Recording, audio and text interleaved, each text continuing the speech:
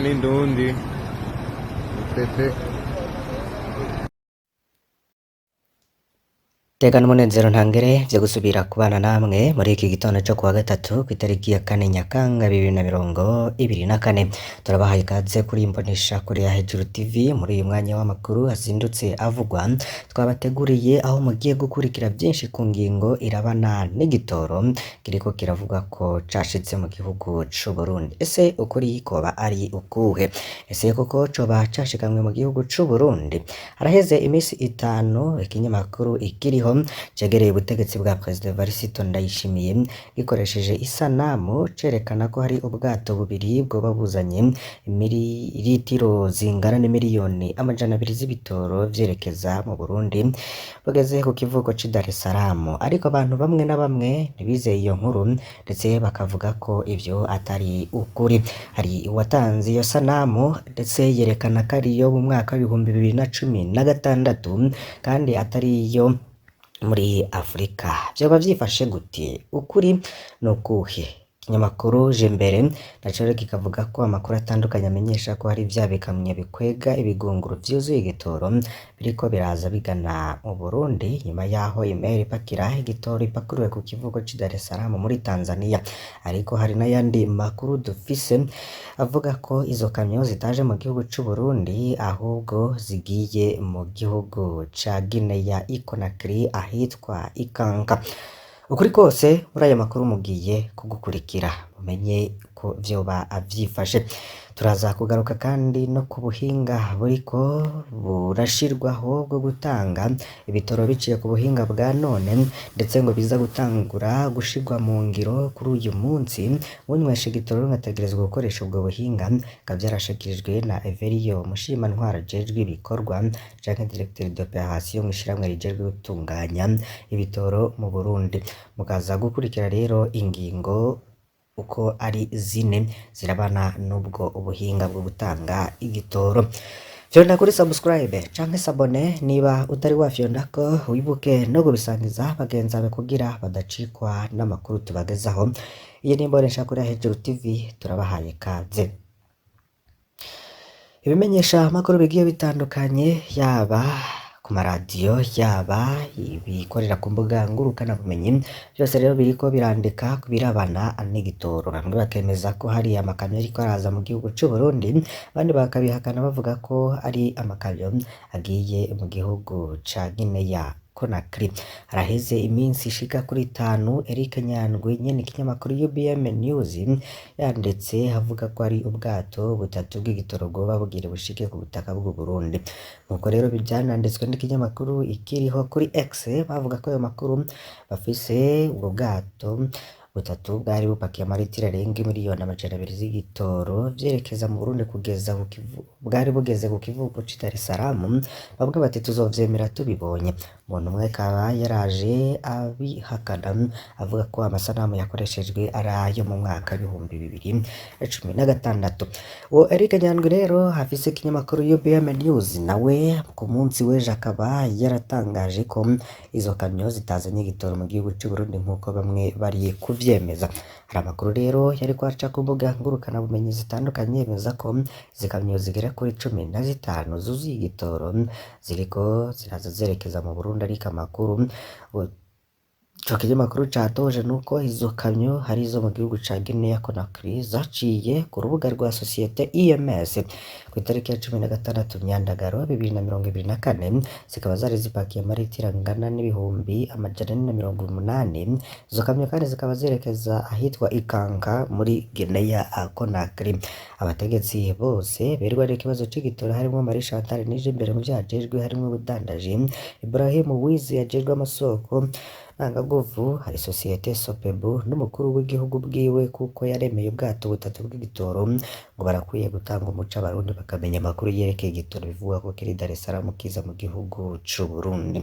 Nabo kandi hanashizweho ubuhinga bwo gutanga igitoro ndetse buza gutangura kuri uyu wa 4 Nyakanga 2024. Unywesha igitoro akaba ategereza kubukoresha.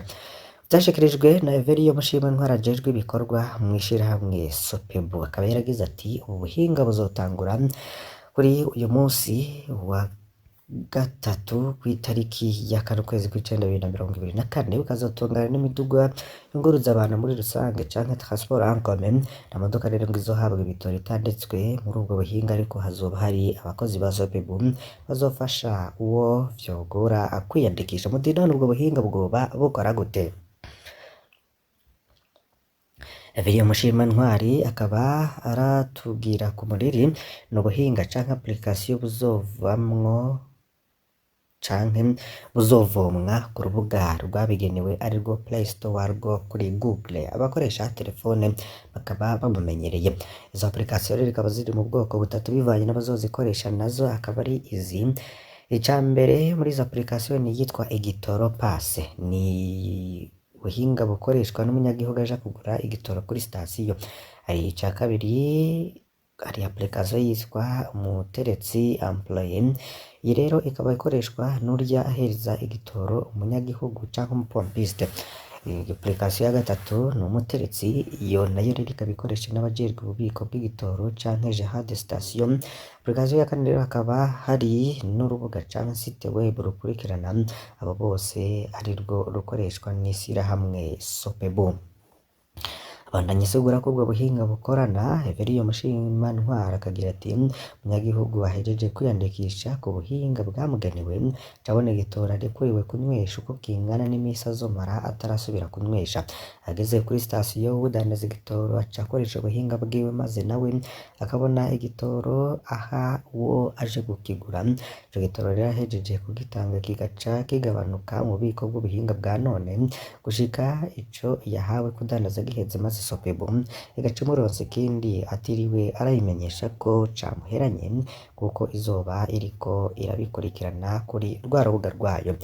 Ivyo rero ngo bizotuma ataka mwana wa mama kaba mu gutanga igitoro, kuko ikizotangwa hirengagijwe ubwo buhinga kizofatwa ko kitaradandazwa. Uwagitanze rero agasabwa kwerekana iyo cagiye imbere yo guhambwa, ikindi ngo babandanye adandaza. Everiyo Mushimantwari akaba aheraheza amenyesha ko abakoresha ubundi bwoko bw'imiduga atari iyunguruza abantu muri rusange nabo bazoshikirwa, hanyuma akurikire n'ibindi vyuma binywa ibitoro nk'ibitanga umuyagankuba, groupe électrogène, kandi ko abo bose bazotegerezwa gutunga ubwo buhinga. Iki gitondo nk'uko vyandikwa n'ikinyamakuru SOS Media Burundi kivuga ko leta yasohoye miliyaridi 66 zigenewe rusansuma rw'abanyagihugu mu kurindira ko imfashanyo y'abayifata mu mugongo ishika. Abafasha Burundi mu iterambere bemeye gufasha Burundi muri rusansuma y'abanyagihugu, uburaro, uburimyi n'ubworozi ntibarashitsa ivyo biyemeje. Umukuru w'umurwi ujejwe ico gikorwa akaba yarabishikirije ku munsi wa kane uheze mu kiganiro ku bamenyesha makuru. Akaba yaramenyesheje ko amafaranga akoreshwa ari ayo mu gihugu. Nicolas Ndayishimiye yamenyesheje ko amakuru avuga ko uburyo bw'abafasha buriko burakoreshwa nabi atariyo. Akaba yaramenyesheje ko vyose bigenda neza, nubwo habaye gucererwa mu ntango bivuye ku kibazo bimwe bimwe nk'umuvuduko muto wa internet, kuba bamwe mu bakora urwo rusansuma atavyo bamenyereye, kuba mu bice bimwe bimwe ata muyagankuba uhari, no gushira abakozi ku rubuga. Vyafashe umwanya kugira ngo abazokora urwo rusansuma bigishwe gukoresha tablette kugira ngo begeranye ibisabwa. Habonetse koko bihumbi 18 bariko barakurikira inyigisho. Ica kane cabo nicari bwigere gikora kuri telefone igezweho, niko umukuru wa BCR yashikirije. Ku ncuro zibiri ibikorwa vy'abakora rusansuma vyarigijwe imbere, rya nyuma hari kuwa 25 Nyandagaro guheze kugira ngo bihezwe ku wa 15 Nyakanga kuza. Ubu rero abakora rusansuma bariko barashirako n'inomero mu gihugu cose ku ngo zose ziri mu mazone bakoreramwo, kugira ngo hirindwe ko hoba ingo ziharurwa kabiri muri rusansuma. Niko Nicolas Ndayishimiye yamenyesheje. Akaba ari nawe yarongoye ikigo